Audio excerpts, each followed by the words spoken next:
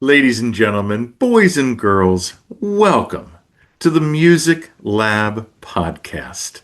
My name is Dogg, and I'm so excited to be back with all of you for another episode of the podcast. Today, we are all the way from Austin, Texas. Miss Ruby Dice. How are you, Miss Ruby? I'm doing great. Thank you so much for having me on here. I'll tell you what, she is dealing with the heat for us today, so give her a round of applause. How hot is it down there today? Oh gosh. I didn't even look. Probably somewhere in the 90s, I'd bet. Yeah. Um, yeah, it's not too bad in the shade. So Ruby, you've lived in Austin for 12 years now, is that correct? Yeah, yeah.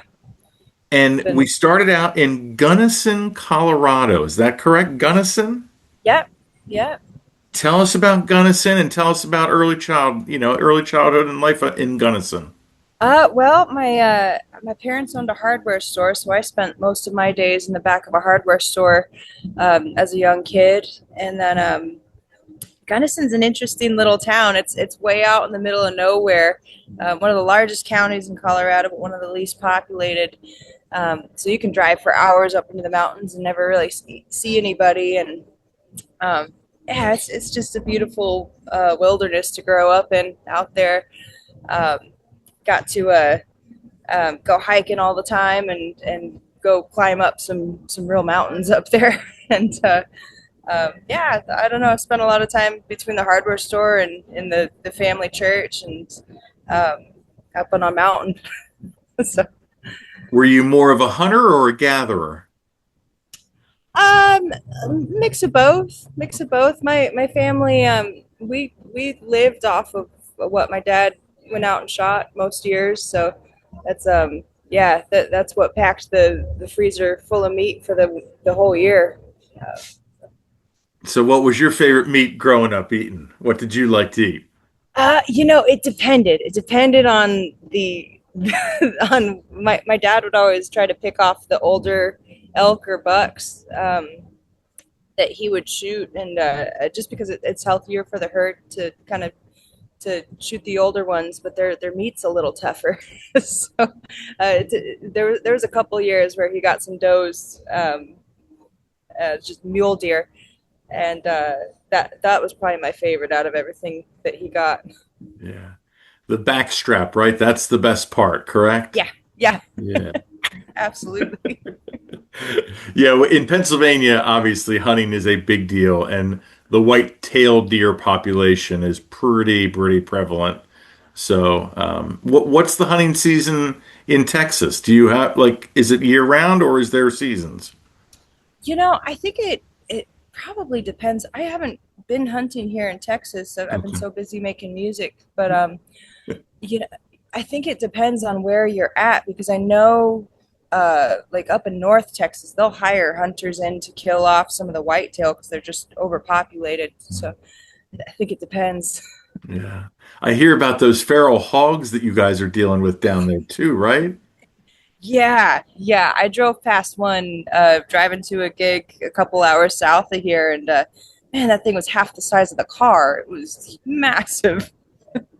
Yeah, I mean, it's a real for us up in the Northeast, we have no idea, but I keep reading about it. Like it's a real problem down there, right? Like tell Oh the yeah. audience, like Yeah, no, they're invasive. What was it, Spain that brought them here back in the day? Just kind of turned them loose, and they took over. They can populate like none other, and yeah, they'll come and just dig big holes. They're really dangerous. Like you have to be really careful if you are hunting them because they can kill you quicker than you can kill them if you're not ready for it. Yeah, it's that's a big pig. they're highly intelligent too, which I hear, right? Like Yeah, yeah, very adaptable. yeah, Yeah, very smart. crazy. I mean, we all this other stuff we got to deal with. Now we got to worry about the hogs, right? Yeah, they're plenty big enough to worry about. That's for sure. So at what point in Gunnison did we like start playing music, or did we sing in the choir, or what? What did we do in school? Like, Yeah, in Gunnison, my whole family plays. So, like, my grandma's just turned 92, and she's still playing fiddle and um, entertaining everybody at the old folks' home. And um, the when my family would hang out at night, it'd be like musical instruments, or musical chairs, but with the instruments, you'd pass them along, see what sounded good on the family members. And I started really learning about music, like music theory. Um, in sixth grade, I joined the band playing flute, um, and did that for a long time. And then when bass came around, my dad, uh, he was like the second preacher in line at the church at the time, and my sister had been playing bass, and she moved away. And when she moved away, the head preacher came up and handed me the bass and the set list and told me to learn it in a week. that's that's I thought it was silly at first, but yeah, it kind of stuck after a minute. And how old were you then? 14. 14. So, and obviously you were what, nominated, or you were given the best bassist in Austin by Austin Chronicle, which is, for anyone Yeah, who doesn't know, Austin Chronicle is the main newspaper in Austin. It's kind of, they kind of do have a nice like pulse on like, kind of the entertainment, is that fair to say? yeah, absolutely, So absolutely. at 14, we start playing bass, and then yeah, I mean, today you're the best bassist in Austin, which, I put Austin right up there with Nashville with, session musicians. So to get that honor, like, I mean, that's a huge honor. Like, Yeah, about yeah, it that was. journey. Yeah. It was pretty wild getting that. I was definitely didn't have that on my bingo card this year. But I mean, yeah, talk about that journey about like, the love of the bass, because, obviously you have to love an instrument to be able to get to that point, in, capabilities, correct? Yeah, yeah. It's I when I first got to town, I was taking every bass gig I possibly could. So I would play in like 7 to 10 bands a week sometimes. And yeah, it was fun. It was stressful keeping all those tunes in your head. But yeah, I'm kind of shocked that I got that award. I know I'm definitely not the best bass player in town, but it's pretty cool having the plaque for a little while. Um, yeah, it's a great instrument. I really enjoy. Um, it's I kind of view playing the bass as what connects the foundation, which is the drums, to the roof, which is the singer. It's kind of the the two by fours in the house that nobody really thinks about and sees. But if it's not there, the whole structure kind of falls. Um, and I really enjoy being that glue that holds those pieces together in a band. So do you prefer to play like up tempo, or are you more down tempo when you play bass, or does it not really matter to you? Um, I tend to play a little behind the beat. Um, it depends. Some songs it sounds better if you put that bass note like just in front. Um, it it depends on the song. Like I don't know. I play a lot of music for two steppers, so I really enjoy messing around with that and seeing how it affects the dancers, and like because you can watch it happen in real time when you move those notes around. And all right, well, what if I put it slightly above ahead of the beat, and yeah, are they going to move differently out there? And sometimes it works, sometimes it doesn't. Yeah, it's all a live experiment. You're almost like the conductor in the symphony, really. Yeah, yeah. I don't know if you ever thought of it that way, but but that kind of is kind of how you are, right? Yeah, absolutely. So you also said about, I love this quote. You said you're basically living off eight notes and a dream. Yeah. I love that quote. Like, talk about your headspace when you say that, and like, like what that means to you when you say that. You know, I think coming from such a blue collar background, yes, my whole family played, but nobody ever thought to make it a career. And it was definitely a big step of faith coming out this way, and yeah, leaving my tiny little hometown to do it. um, uh, I don't know. It takes a lot of trusting that the work is going to come, and a lot of uh, I don't want to call it confidence because it's not always confidence, but it's um, Determination. determination. Yeah, yeah, a lot of yeah. I'm um, little brain fog today, but yeah, it takes a lot of determination to make it work, and a lot of faith that it is going to work, because you look at your calendar sometimes and there's some months that are completely empty, and it's not like a regular job where that steady work's there. You have to go out and get it. Yeah. So, I mean, I guess from Gunnison to Austin, was Denver ever in the picture, or was it really Austin like all the way? Austin all the way. Yeah, I really didn't I'm spending more time on the eastern slope now that I'm an adult, and I tour back to Colorado every year now, maybe sometimes twice a year, and it's kind of neat. I get to explore more of the state than I did when I was living there. Yeah. Yeah, I mean, and I guess like gigs in Colorado, I mean, I know a lot of bands, even like East Coast bands, will specifically do just Colorado runs. What is it about the state of Colorado that like is it just the fans there are just really great music lovers, or what is it about Colorado that, bands will do runs of that state? Yeah, Colorado really appreciates and supports the arts. Um, that is one thing. Even in my tiny little uh, removed town, there's a massive push for arts constantly.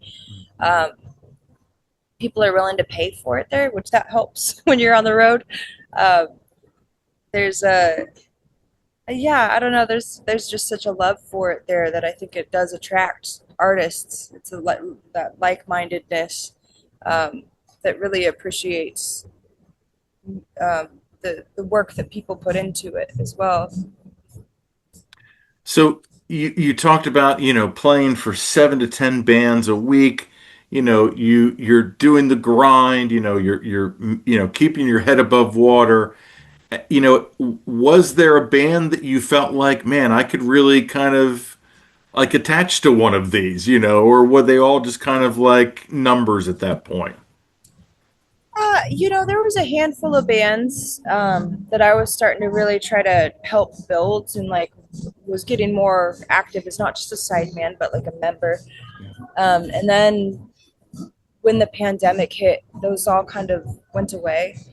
Um, and that's when but both my partner and I had been sidemen. He's the guitar player in my band, and when yeah, the pandemic hit, we watched all of our artist friends still be able to make a living and have an audience with their live streams as side people. No, we didn't have that built-in audience to start live streaming things. So um, that's kind of when it shifted from me just being a sideman to realizing that there was more sustainability in creating my own projects. And plus, like, I'd been in so many bands where you would invest all this time and then the lead singer would quit, or just, life happens, and it, it would be a lot of effort for that to just, kind of dissolve overnight a lot of times. And it, it really was the most sustainable way to make it happen, was creating our own projects. Yeah. I mean, that's a good segue. So, like, because a lot of bands and a lot of singers like yourself, you start out as the lead singer and it's your band. But for you, you kind of went the opposite of that. How do you feel like that helped you, though, than being like the lead singer of the band? Oh, it was a lot of lessons that have been invaluable. Um, I got, it's interesting. I got to watch.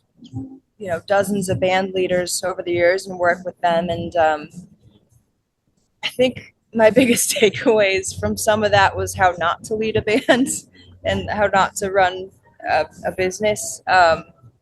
Which I think those lessons are more important than how to sometimes. Uh, yeah, they're mostly just about the way you conduct yourself as a band leader was some of my biggest takeaways. I got to work with some incredible artists that really walk that line well of being a great performer, but also a great human being. And yeah, I think that really has been some of the most invaluable lessons I've taken away from some of these artists. I mean, one of them, as you spoke of, I mean, Brian Wilson, you got to play with, share a story, a conversation, a moment maybe with the audience that you had with them. Yeah, so I was opening for him in a band I was playing with, and he would have us come up and sit in on stage with him when we were touring with him. Um, it was it was interesting meeting him because I've known of the Beach Boys my entire life. Like that's yeah, even as like a secluded little church kid in a mountain town, like you know who the Beach Boys are, and it was wild meeting him. He by the time I had met him, he had a lot of health issues going on and was pretty heavily medicated. Um, so getting him to talk wasn't always, you would say like little things, but he wasn't always cognitively fully there. Um, but it was pretty neat watching him go from it was the biggest road case I've ever seen in my life. And I'm like, man, what is that thing? And they're telling me it's what they kept his lazy boy chair in. It had like the massagers for him, and so he would do sound check, go sit in this chair, and get his massage going, and stay there pretty much the entire night until it was time for him to get up, play again, and he'd get up and just be a master behind the piano all of a sudden, and just this brilliant, um, absolute brilliance that would come out that you didn't really see in conversation with him, and it was a pretty neat night. One night we got done playing and we walked past him and uh, you weren't always sure if he was actually listening, and he turned to us and he was like, "Man, you guys sounded great tonight." I was like, "That's pretty cool." Like uh, getting to see the moments where he really was there was pretty awesome. It is heartbreaking and really like inspiring at the same time when I hear stories like that of like musicians that are, clearly past like, past their prime, but they're still doing it, Yeah. Talk about that as a musician, like that's a real struggle, right? Yeah, absolutely. It's one of those jobs that you don't ever want to quit. Um, it's yeah, I've watched a lot of musicians, especially here in Austin, because they take care of musicians here so well. They pay for our health insurance, and so a lot of these artists are able to play until they can't physically play anymore, which uh, yeah, I don't know. It's been neat to be around people that have done it for 50, 60 years. Yeah. So how did you come across and connect with the band of Heathens then? I reached out to Gordy Quist, and I wanted to write. I was in a mode where I was just trying to write with as many people as possible. After I stepped out of being a sideman, I wanted to be a better songwriter, and I hit him up, and he had me come up and write a song with him. And after writing a song with him, I was like, "Hey, you're pretty good at this. We should. I want to get an album made. Would you be down to produce that for me?" And yeah, he got hopped right on it and got everybody but Ed to record on it, which is pretty neat. Those guys are amazing musicians.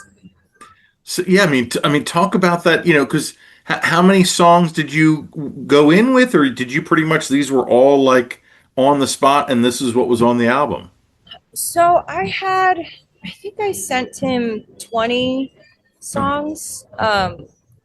Some of them were it was a mix. I was still very much learning um, how to how to do that as a craft, and there was a mix that were like kind of finished, and then like probably 15 that were like completely finished, and he picked 10 out of those. Uh, yeah, I don't know. It was a massive learning experience getting to work with him and see how an album is actually formed, and um, I felt like I went to college for a pretty cheap price working with him. Yeah, I mean, what was it like trying to track the songs then from 1 to 10? Like, was that difficult? Like, trying to sequential? No, not at all. Yeah, we had like the first day where we were still getting all the tones and all that. I think we only cut Whiskey and Gin was the first one we cut on that album, and that took about a day because we were still kind of getting everything um, sounding right in the board. Um, but yeah, once we did that, we were cutting 2, 3 songs a day, and that was he didn't let the band listen to the songs beforehand. Really, he likes to have a fresh take, so we would play it 2, 3 times and then cut it, and then yeah, kind of rehearse it live. And he wanted that fresh um, take from the musicians as we were cutting things, and it was so neat watching what they would do with the song in real time, and they didn't have time to sit there and plan out every note, um, which I kind of like cutting things that way. It's a little more expensive to cut it that way because it takes longer in the studio, but um, yeah, it's great. Trevor Nealon played keys on that, and he is just like the man behind uh, the man behind the curtain. He's just a mad genius behind on the keys, and Clint Simmons played drums on that, and it's just all pocket, no flair. Uh, yeah, it was a great experience, but a great set of human beings to work with as well. So, I mean, putting that album out, your debut album, after years of being like you said, as a side person, never really having like an identity to, like the mainstream, right? You Yeah, put this album out, and I often hear people say, like, once you put these songs out into the world, they're everyone else's. But up yeah. until that, they're yours. Like, how did you deal with that, with everything that you led up to that? Yeah, it's interesting because it's so true. Like once you put a song out, it you have your meaning of what that song meant to you, but people are going to interpret that in a million different ways, and it's so cool. And I've actually written songs off of the interpretations that people have come up and um, told me that that was their takeaway on these songs. But uh, it's yeah, I don't know. It's kind of a wonderful way to spread. Um, I guess I don't want to use the word energy, but like I don't know how else to to put it. Yeah, communication Yeah, of vibe, right? yeah, Yeah. absolutely. Yeah. So then, so we have this new album coming out on the 28th of August. It's called Take Me Back. This process for this album, what was different? What was the same with the debut album?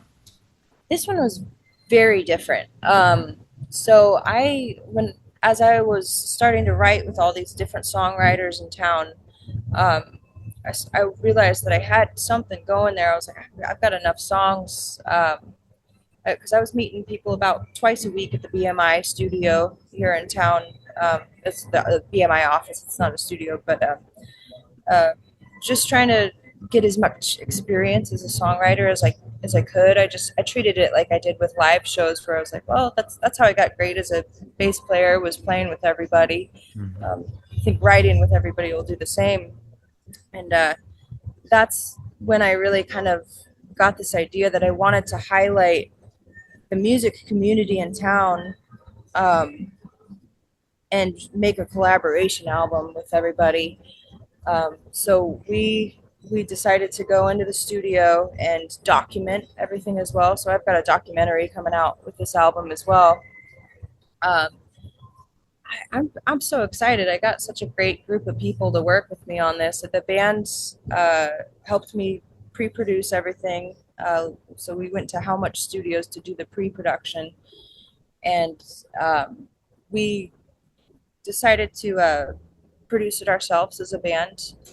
Um, and then I just had guests coming in. We spent about the first 2 days. We cut the all 10 songs with the full band in 2 days at the studio there, and then we were filming all of this. So it's as we were getting guests in, it took a little longer with the guests just because we were doing interviews with them and talking about the music scene here in town. And uh, yeah, it really was like a magical uh, week. I think we spent 5 days in there, and then did some overdubs a little later. Like Shiny Ribs couldn't make it that first week, so we got Kevin Russell for the Shiny Ribs in a couple weeks later, and it all came back together pretty quickly. Yeah, I mean, yeah, it sounds amazing. The first two songs, "Dressed to Impress" with Shiny Ribs. I mean, talk about that song in particular. I mean, he has such a great voice. Like, man, oh Yeah, man. yeah, yeah. He's fun. He's a lot of fun. Yeah. When he came over to my house to write that song, and I was like, man, I need something to like match that man's sass. Like he's he wears these 3-piece suits that are like bright orange and green, and I was like, man, we've got to write something about the way he dresses because it's so cool and so unique. I figured out I can't keep up with his sass in the studio, like in the best way. Like Right. he's such a great performer that yeah, yeah, it was wonderful. He was a real treat to work with. I imagine you didn't see too many three-piece shiny suits in Gunnison. No, no, a lot of cowboys, a lot of ski bums.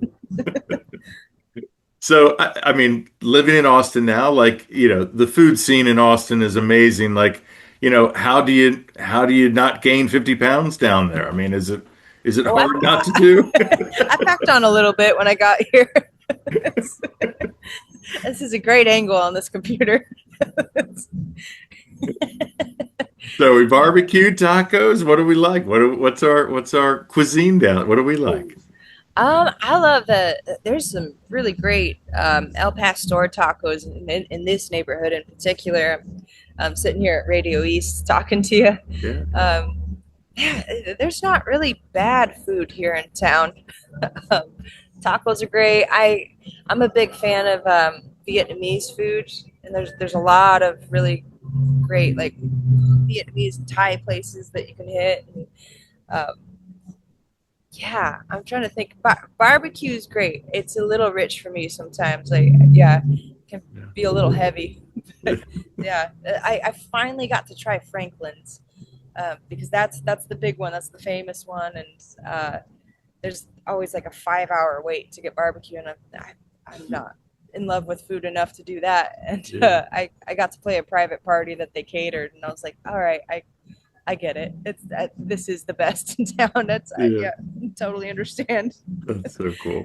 Yes, I mean, so like talk about like touring for this year. What do you have like tour dates? Like tell the audience what any festivals, anything that we're doing.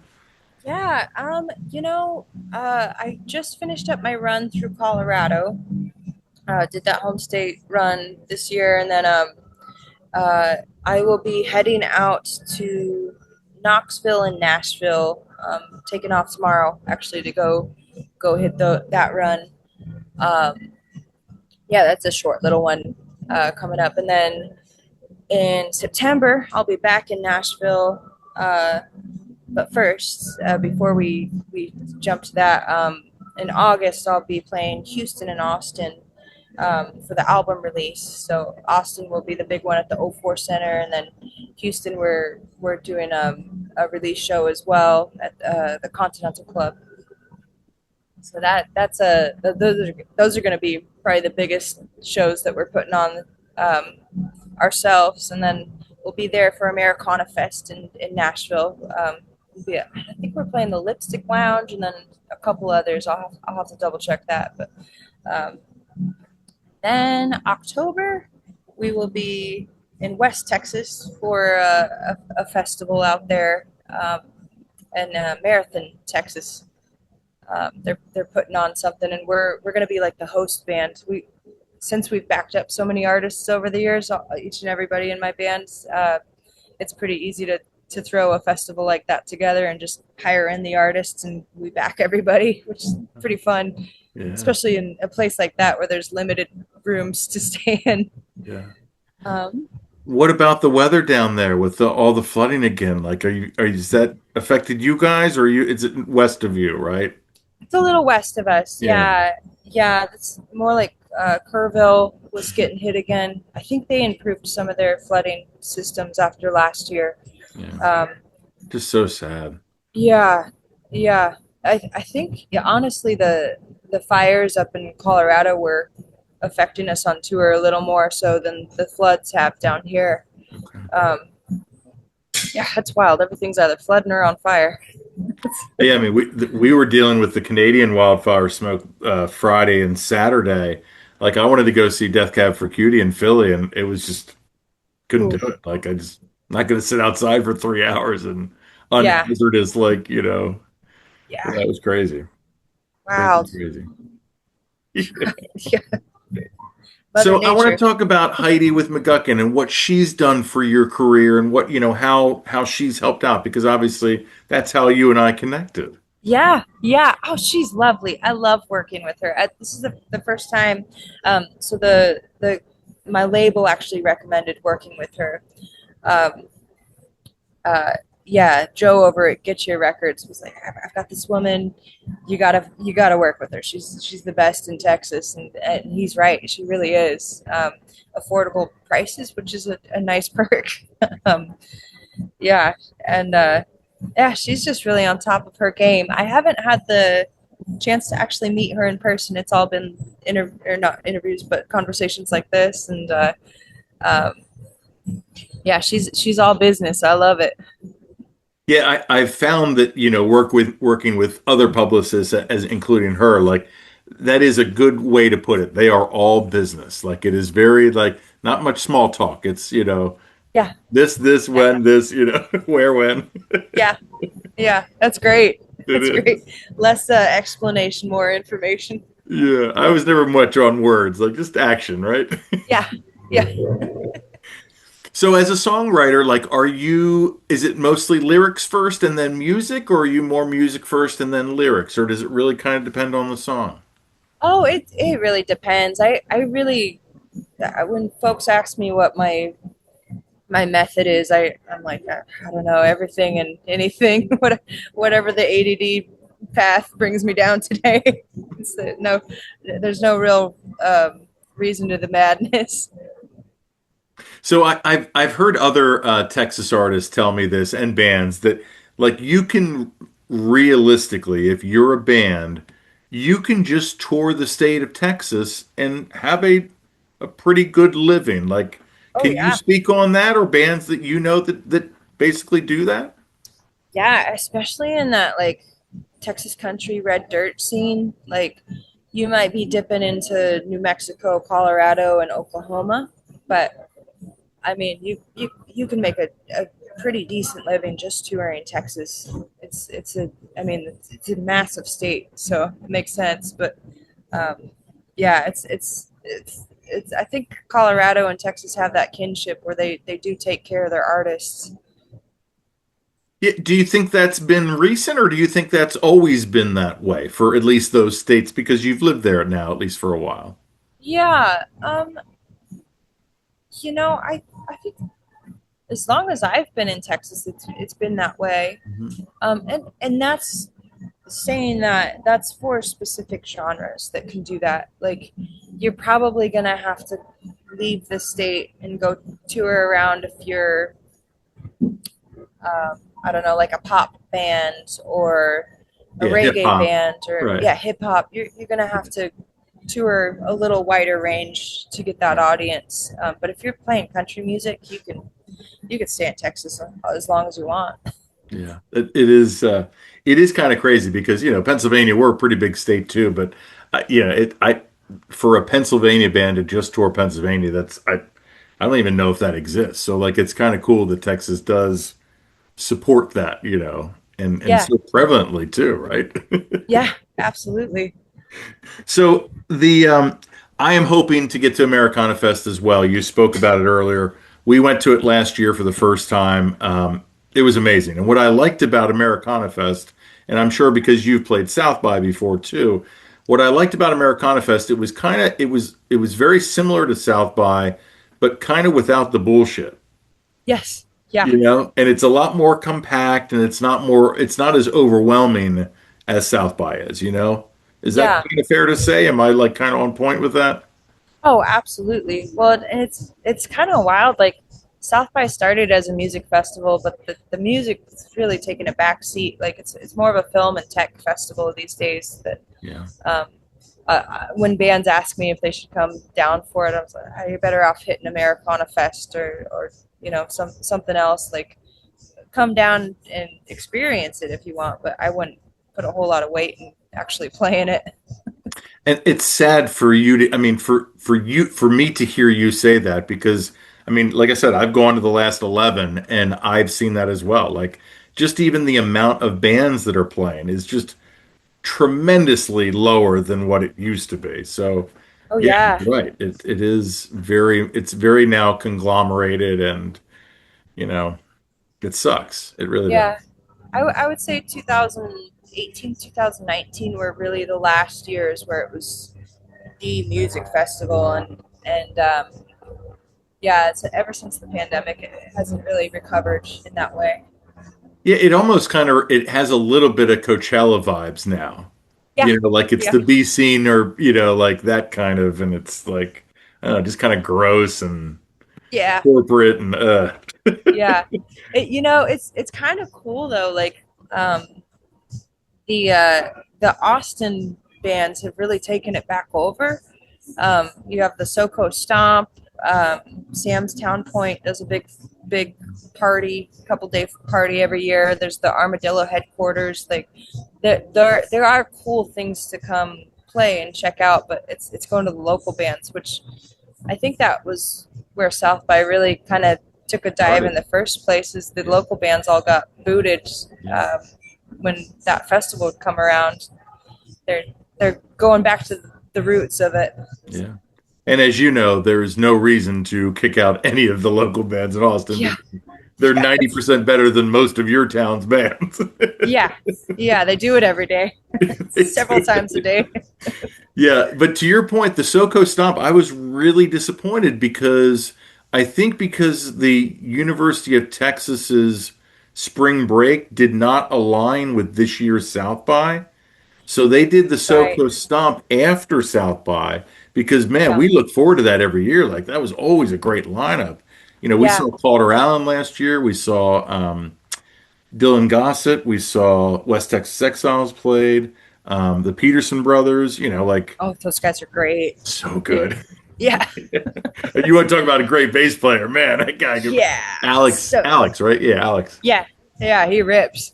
Yeah, yeah. I've known Yeah. those guys for a long time. Their dad, I've hung out with their dad and drank scotch. Yeah, he's there. That's a good family. Oh, that's so cool. That's so cool. Yeah, yeah. They played in our hometown for a blues fest, probably like 7 or 8 years ago, and they actually had me handing out. Like I was, helping out, handing out flyers and stuff, and like they had like little stickers and stuff with their website on it. So Awesome. anything to help the children. Yeah, absolutely. So I mean, obviously there was excitement behind the debut album. Is it a different kind of excitement with this album, or can you kind of connect those feelings that you had before each album?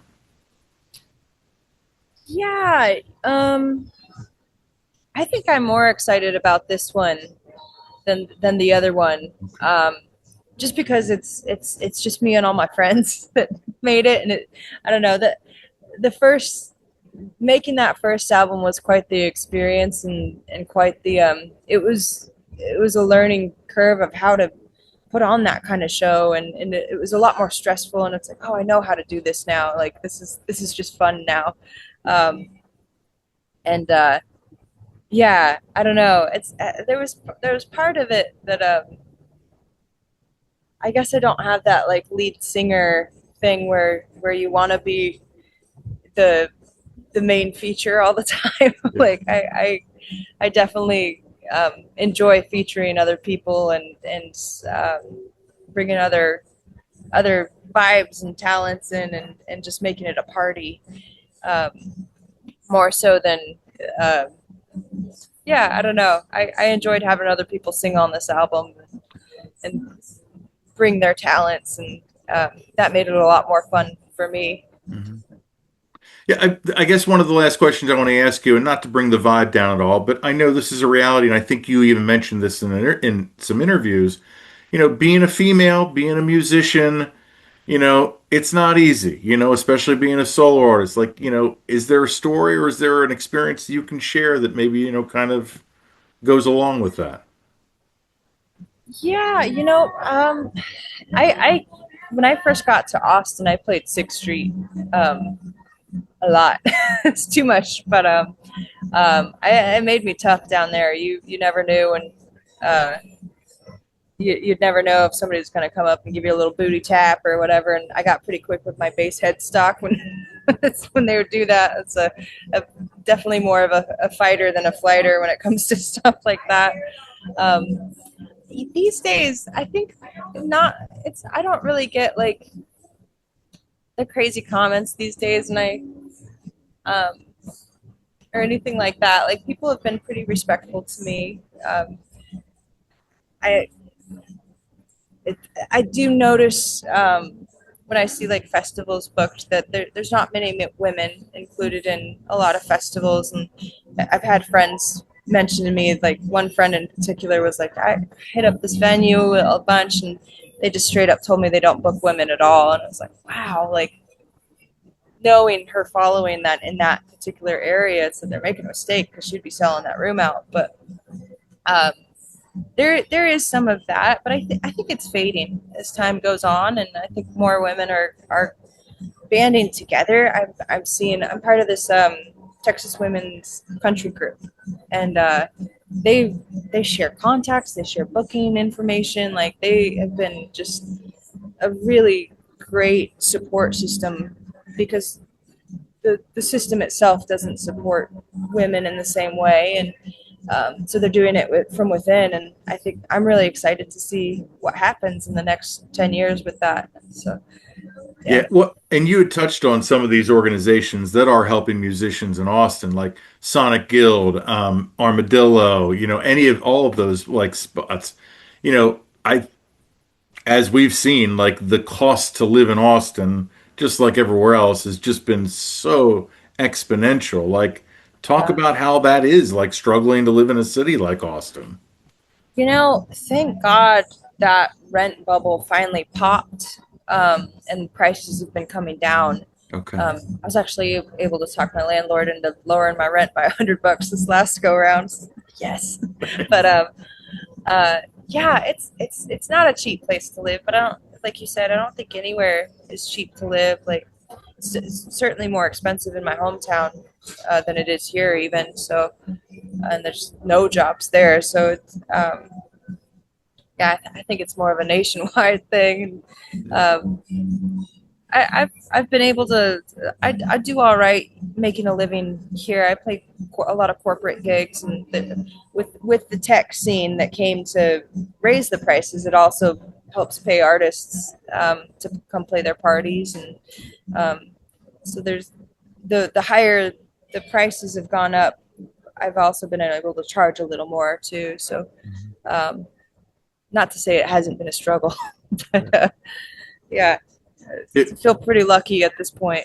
yeah. The one nice thing, speaking of corporations, the I guess because Rivian is the one of the corporate sponsors now of South by, so they Yeah. put on that Lumineers show at Moody Theater, the outdoor venue. Oh, right. Yeah. So to be able to see the Lumineers with 5,000 people was pretty cool. Yeah. That's neat. That's super cool. Yeah. So I mean, there are I guess a couple perks compared to the downfalls of South by. Yeah. Yeah. So have you gotten to play out ACL ever as a side person or with another band? That's the one because I've gotten to play the Moody, like I've gotten to play that's the The one Albatross. festival. Yeah. Yeah, it's gonna happen one of these days. Yeah. It's just yeah, gotta hop on the right gig. Yeah. So I assume that there is more advantages than disadvantages of having your boyfriend or husband in your band. Is there a Yeah. major disadvantage or is it all good? I mean, it's not really. I mean, there's good and bad along with everything else. But it's been great having a partner that because he has his band as well. I have my band, so when we're booking tours on the road and we're in a town that has a radius clause, like we'll go ahead and book the other band, and uh, so that's been a huge help. And also like we have the LLC together that we run everything through, so it's nice to have a partner that if if we're eating the cost, we're eating it together. And um, yeah, no, he's been wonderful to have around. Really, really couldn't do it without him. To be honest, it's a lot of work to make everything happen, and he's great at making sure hotel rooms are booked. And I tend to do most of the booking, and he does all the logistics to get us there. So. Have you run into venues that are charging percentages of your merch sales? Most of the time I'll just walk away from a venue like that before Okay. I'll play it. There's a lot of times there's other rooms in town that won't do that. I'm sure at some point there's going to be a gig where I have to do that. Um, and unfortunately, it just means you have to charge 25% more at those shows. Um, just that's a bummer. Yeah, it's I maybe I guess it's not as prevalent down where you're at, but it's pretty prevalent up here, and it's as high as like 25%. Like it's pretty Yeah. crazy. Yeah, there's a couple spot like the anything you do over at the Paramount, they're going to charge you that. And yeah, so some but it's it's a very slow uh like a slow progression into us doing that out here, but a lot of people are resisting it, which is great. Yeah, I mean I get the venues have to they have to make a living too, but like don't Sure, do it yeah. through the on the bands. Like do it through the Yeah. customers, do it through other make be a little more creative. Let's say right. Yeah. Yeah, charge more for those drinks. Right, exactly. Well, Ruby Dice, thank you so much for doing this. I cannot wait to listen to the new album. Man, it would be really cool to be able to see the documentary. Are you guys doing Yeah. it like in any form outside of just on the theater that night then, or Uh, you know, uh, I'll have some private YouTube links I can send to people, okay, which I'll send you one after this. It's up there.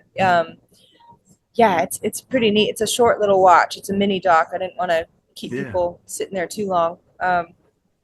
But we're gonna be submitting it to film festivals yeah, this year.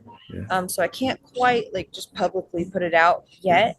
Um, but if you want to see it, we're gonna be having like a suggested donation and send the link to folks. And yeah. It's so cool. Yeah. Well, best of luck with that, and best of luck with the tour, the new album. Yeah, it was great talking to you. Thank you so much. that's great talking to you too. Absolutely. Yeah, thank you for having me. Of course, tell everybody the best way to see what you got going on, like your socials, all that stuff, website. Yep. It's Instagram and TikTok. It's just at Ruby Dice, RUBYDICE. I'm pretty easy to find. I've got my website, rubydice.com. Um, yeah, I think YouTube, yeah, it's just search me. It's really easy to find. Well, I hope to get to see you in person at Americana Fest, and if not, best of luck. All right. Yeah, you've got my number now. So yeah, I'll be there all week. Hell yeah. Ladies and gentlemen, don't forget to like, follow, and subscribe to our YouTube channel, our social media pages. That helps us and helps the bands and artists like Ruby Dice. Also, check out our sponsor, RAR Outfitters. That's RAWR, outfitters.com. Don't just wear, RAR. And as always, ladies and gentlemen, I've been Dog. You've been great. This is the Music Lab Podcast.